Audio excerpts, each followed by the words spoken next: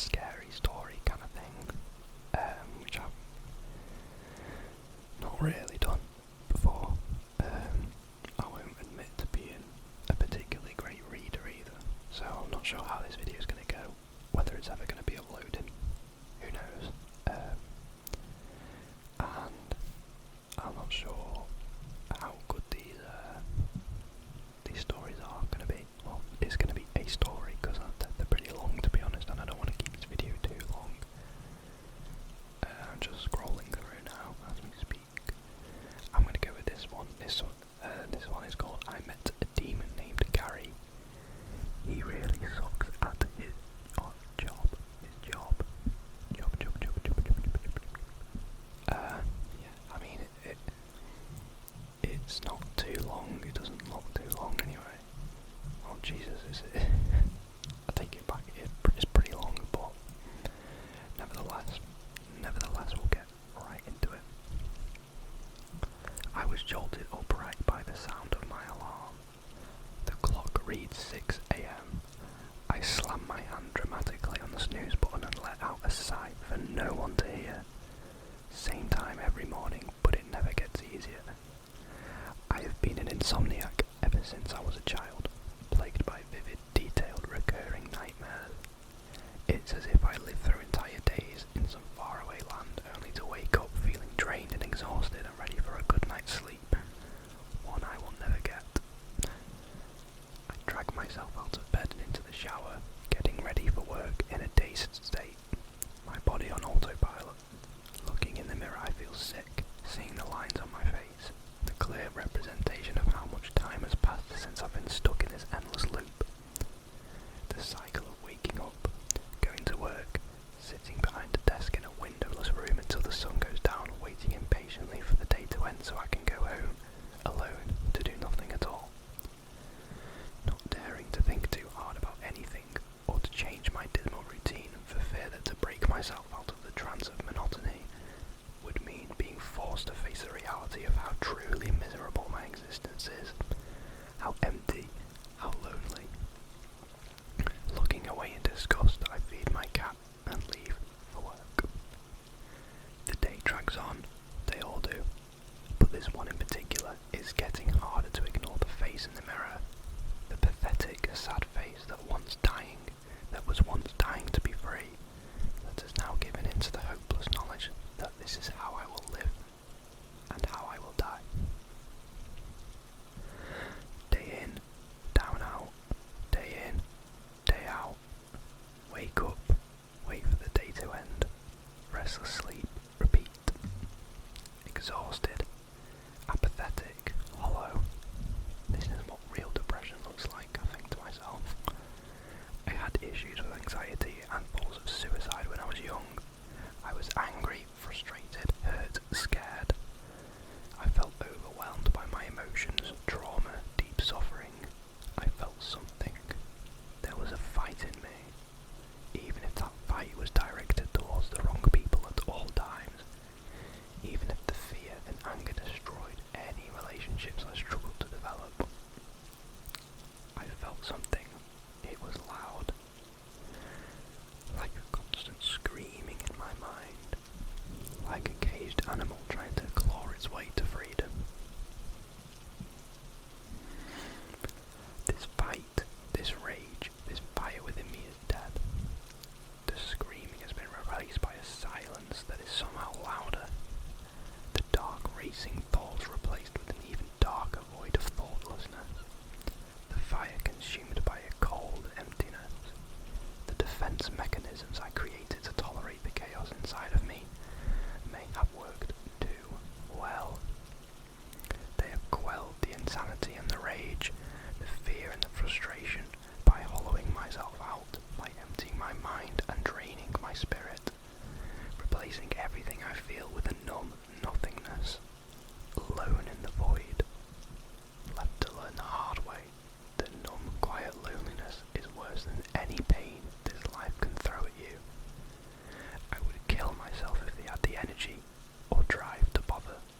Instead, I sit on the couch and scroll through Netflix until I finally fall asleep. Asleep, asleep, asleep, asleep.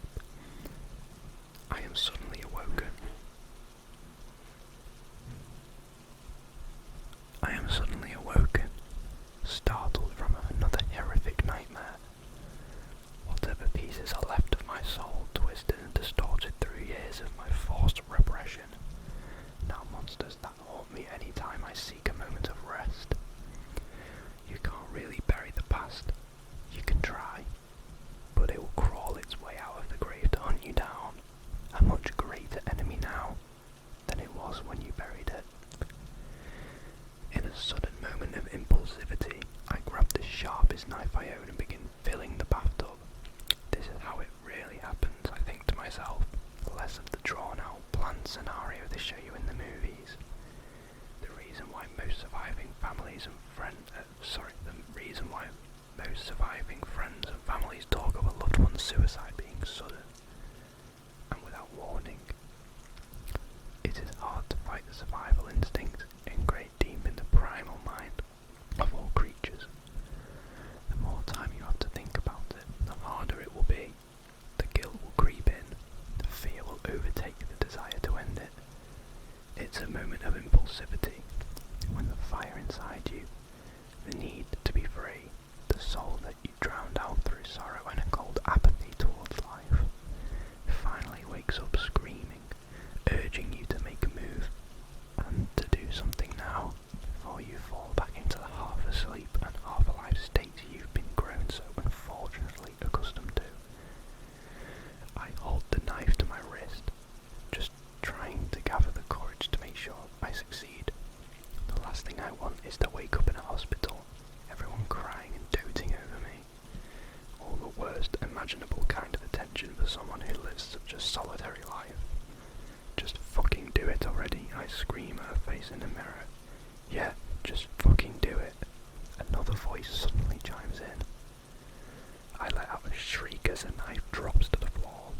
I pick it back up and turn around, holding it out to the air. An empty threat in an empty room. Who's there? I ask through a shaky, panicked voice. Who said that? Who fucking said that? Fear becoming frustrated anger as a weak attempt by my subconscious to force my body into fight mode. Go on. Do it. Kill yourself, you miserable bitch. Look at yourself. You're pathetic. What do you have to live for? Just a waste of space on an overcrowded planet. One less sad fog in line at the grocery store. Do the world a favour, you sad little shit. The voice that spoke was like none that I have ever heard. Raspy and harsh, like someone who managed to live 300 years smoking a pack of Marlboros a day. The voice clears its throat and coughs a few times. When it speaks again, the sound is that of a fairly high-pitched tone for a male voice, with a very thick British accent. So, sorry I'm late, the voice says. Why don't you stop pointing the knife at me and turn it back around? Please go on. Don't stop on my account. What the actual fuck, I say, my voice barely above a whisper. Who are you? How did you get in my apartment? Well, I'm not in your apartment exactly. See, it's more like I exist in the space between worlds, in a realm of total chaos, and I have honed in on your location by the beam of your existential misery, so I can sort of fuck with you from the etheric plane, yada yada. I honestly don't know exactly how it works above my pay grade. Yeah, okay, right, and why are you fucking with me from the etheric plane or whatever the fuck? It's my job. Right, it's your job. Yep, I'm a demon. Interesting line of work. Yeah, I mean it can be. The hours are pretty chaotic and my boss is a real cunt. But you know, I get up every day and I push on best I can. Could be worse, of course. Could be floating around all day in the lake of souls or the pit of the damned. So I try and keep a positive attitude. Right. Anyway, not to rush you here, but do you think maybe you could get on with it? I was just minding my business, having a nice nap, when the next thing I knew I was hurtled through all of time and space to this location to help you along with the whole process of turning over your soul to eternal damnation, and quite frankly, I'm tired. Get on with it. Yeah,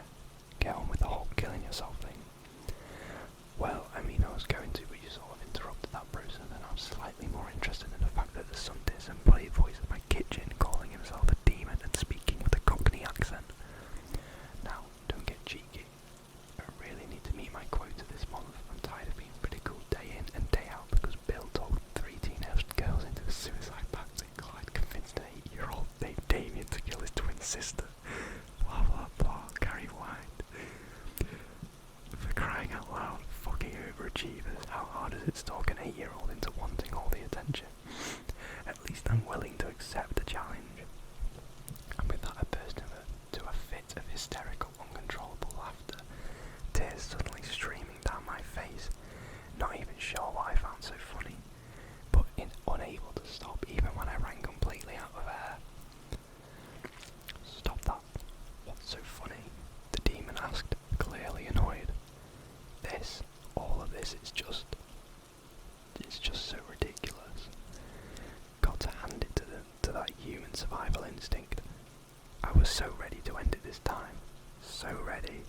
I guess my subconscious figured its last-ditch effort to keep me alive was to manufacture the hallucination of some demon who is total shit at his job, just to confuse me long enough to keep me from going through with it.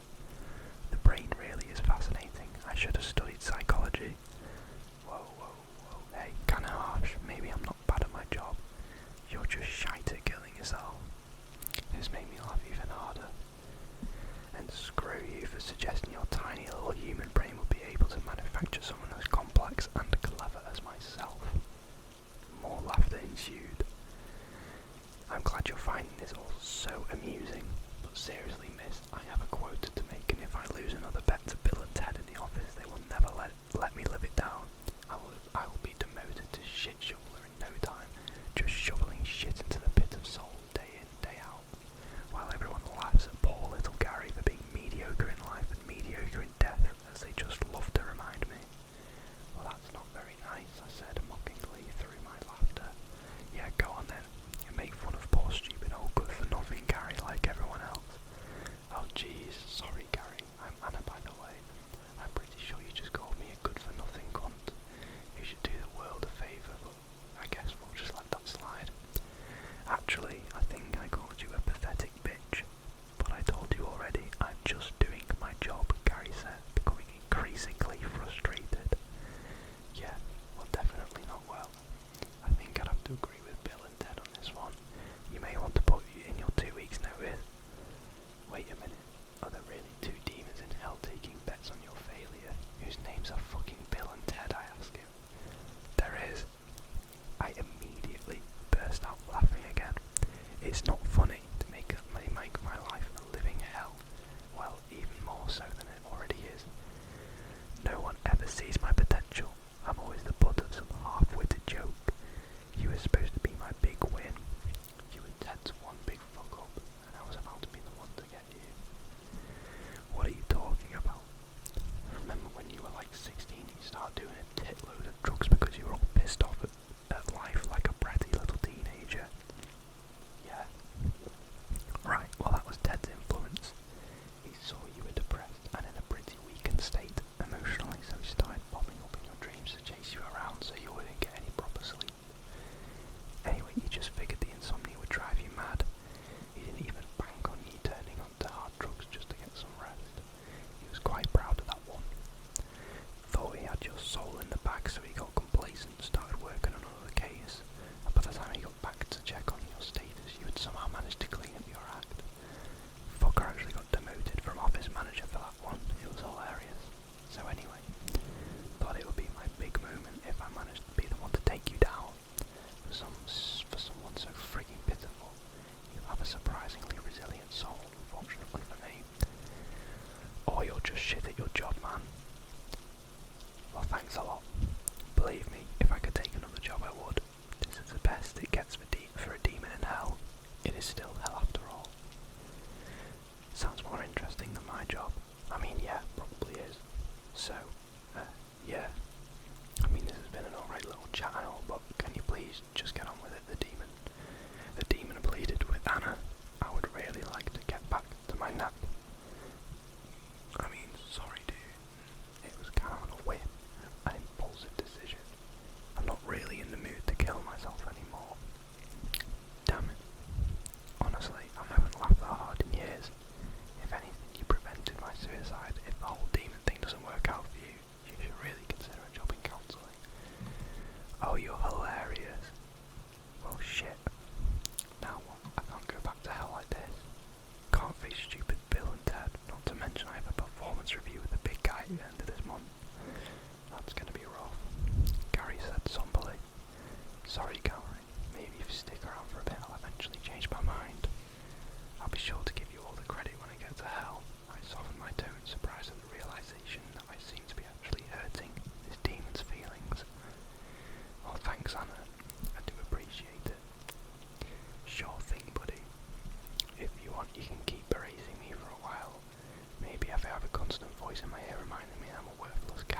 speed up the process.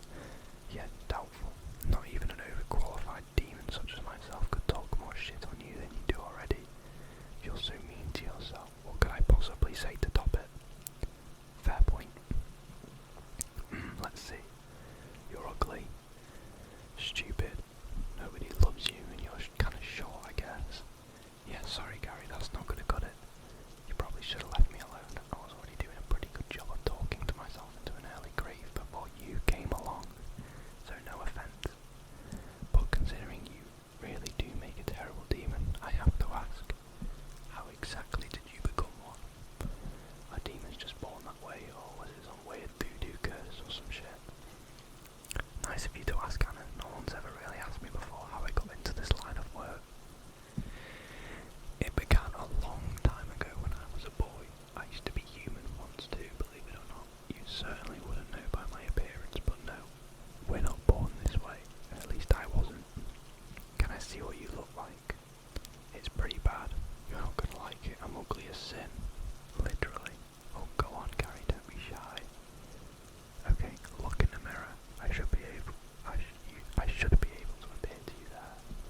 I walked over to the mirror and watched intently as a figure appeared behind me. At first, just a black silhouette. It slowly began to take form. Gary was not exaggerating. I gasped in horror at the sight of it. A hideous, terrifying creature. The embodiment of evil. Its mouth full of broken and jagged teeth. Its eyes pitch black and bulging. Skin peeling from its face, revealing a gruesome black oozing decay underneath where blood should have been. Holy shit, Gary, you're pretty scary looking, my dude. I know, it's gross. No, it's really not that bad. I was handsome once, kind of, whatever. So anyway, I was going to tell you the story of how I became a demon. Right, yeah, I'm actually pretty curious about that. Alright, well, yes, I was a boy, living in a small town in Norfolk.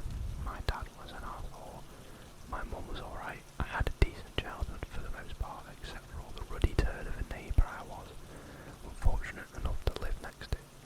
He was called Tom, and for whatever reason, he got quite a laugh out of making my life absolutely miserable.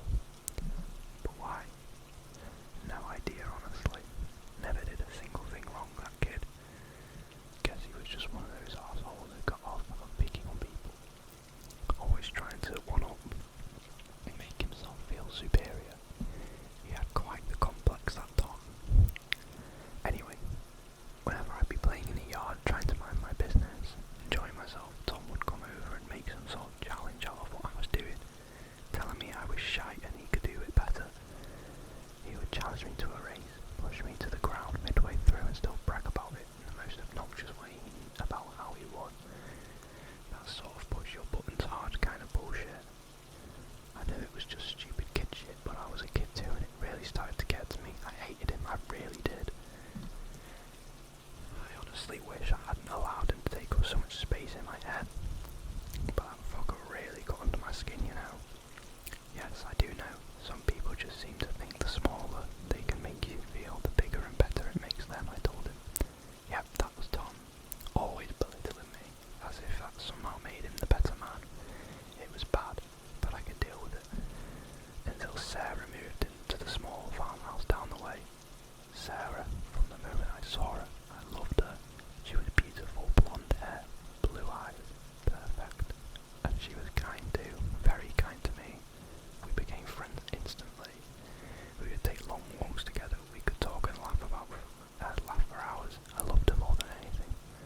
I was planning on asking her to marry me. Oh, she sounds cool. She really was, until Tom came along.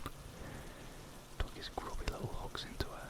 He made up a bunch of awful lies about me, tried to scare her off, said I used to kill the old barn cats for sport.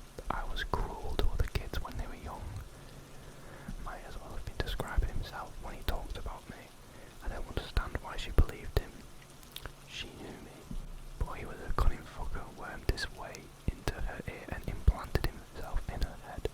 She stopped talking to me, and not long after, they were married.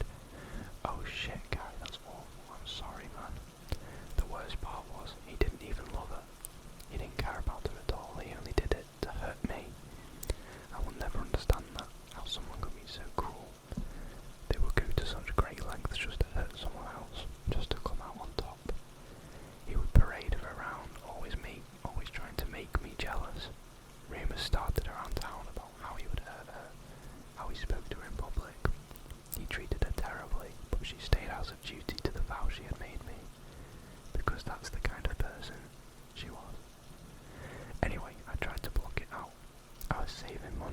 as far away from that awful little town, away from Sarah and away from Tom. I loved to fish, so to make some extra money, I would go out to the local pond in my little canoe and sit out there in peaceful stillness, catch a few fish and sell them to market. It was nice. I enjoyed the solitude. I would drift out into the pond in my own little world, away from anyone who could disturb me.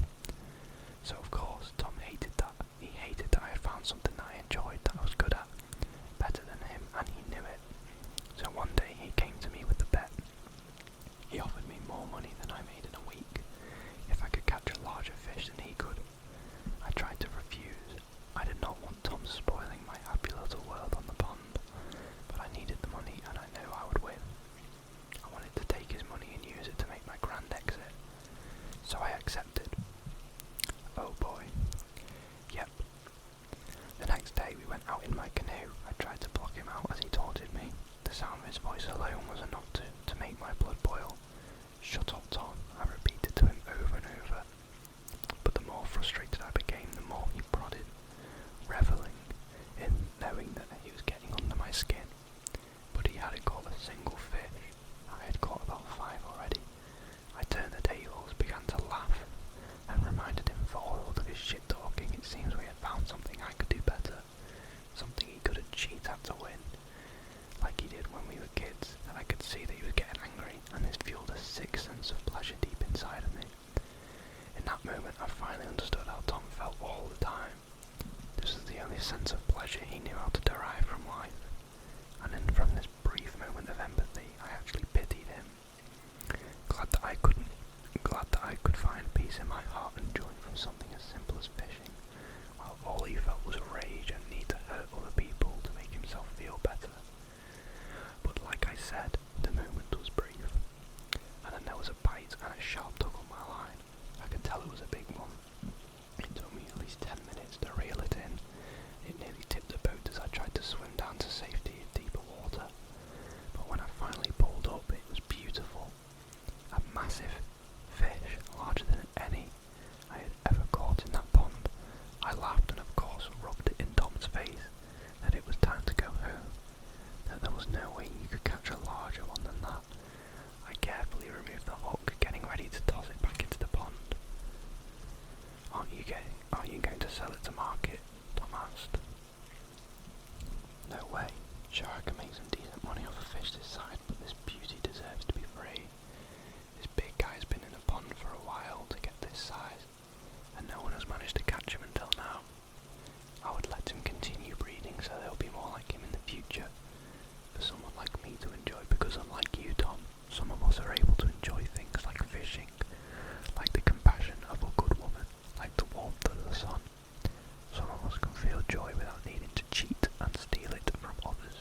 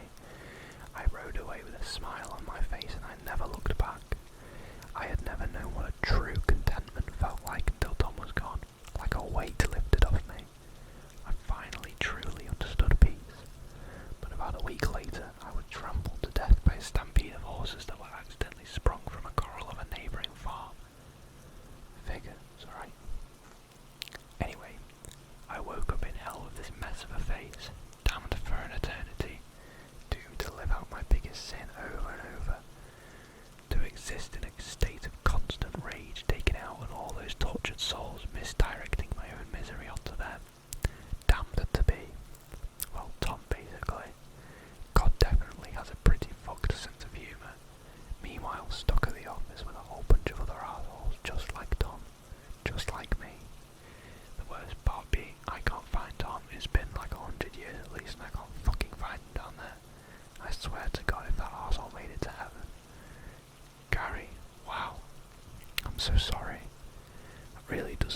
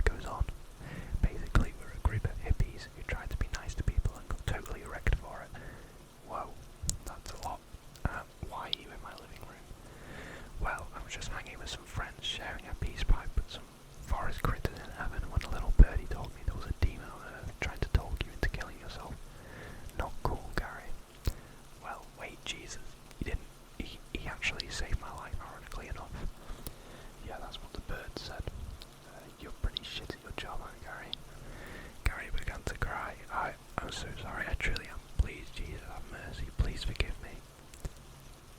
Well, buddy, that's my job, and I happen to actually be good at it. It's you who needs to forgive yourself. Same goes for you, Anna. You guys realise you've been bigger dicks to yourselves than anyone else ever has, right? The room was silent. Neither myself nor Gary could find the words. We were awestruck, consumed in the glory that filled the room. We fell to our knees and cried our desperate apologies to the godly figure that stood above us. Oh, now, take it easy, guys, it's all good. As far as humans and demons go, you guys are pretty alright. The man knelt down and put a hand on both of our shoulders. A feeling of true peace, of calm, warmth washed over me. I sobbed as my entire being was engulfed in a love that forced out all the pain and fear that had shacked me for so long to this miserable state of being. I felt true freedom. I finally understood, well, everything. I understood the meaning of life, of love, of being. I understood the true value of myself and of everyone else through the eyes of this godly man. This embodiment of truth, of unconditional love for all things, who also happened to be just a truly good dude who smoked peace pipes with chipmunks and wore old sandals. Even the guilt and the shame would have otherwise felt in this face of purity was gone, replaced with forgiveness. As for the first time I truly forgave myself, I forgave myself for all the pain and suffering I had caused. Well, myself. And then I woke up to the blaring sound of my alarm at 6 a.m. It was all a dream. No, how? How could that have been a dream? It was so real. I said my thoughts aloud, almost believing Gary could hear me. I began to sob, angry at my own mind for allowing me to feel such peace if it wasn't real to begin with. But as I got up, I saw the dried blood on my hand and a strange symbol on the door. I looked out my window and saw a little bird come to greet me on my windowsill. It sang its sweet song as if directly at me.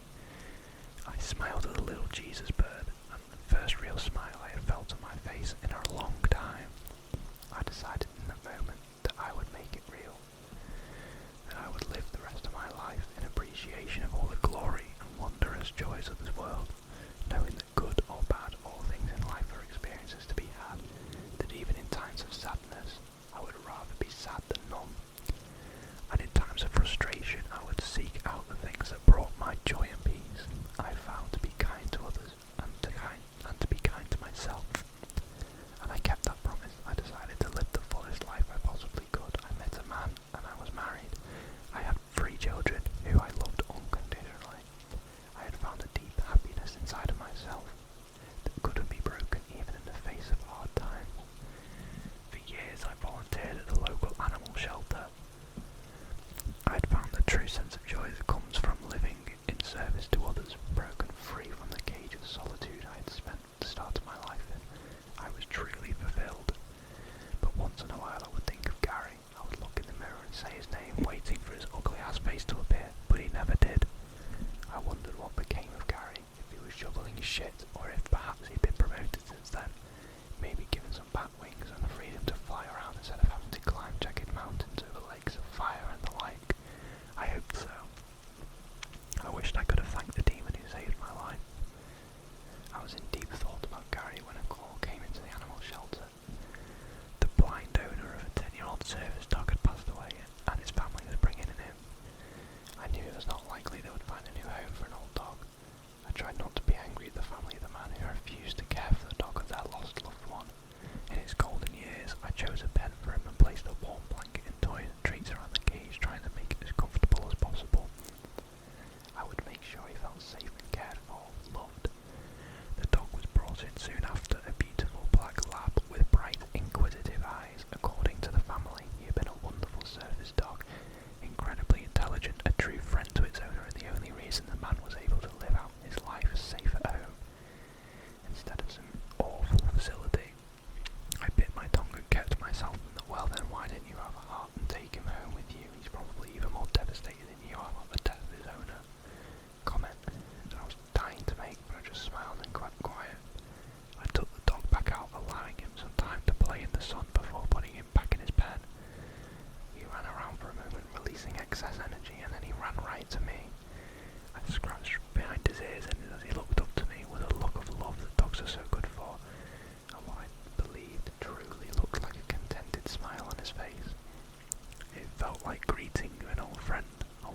sure why, but it felt as if I knew him. I had the strongest sense of deja vu I had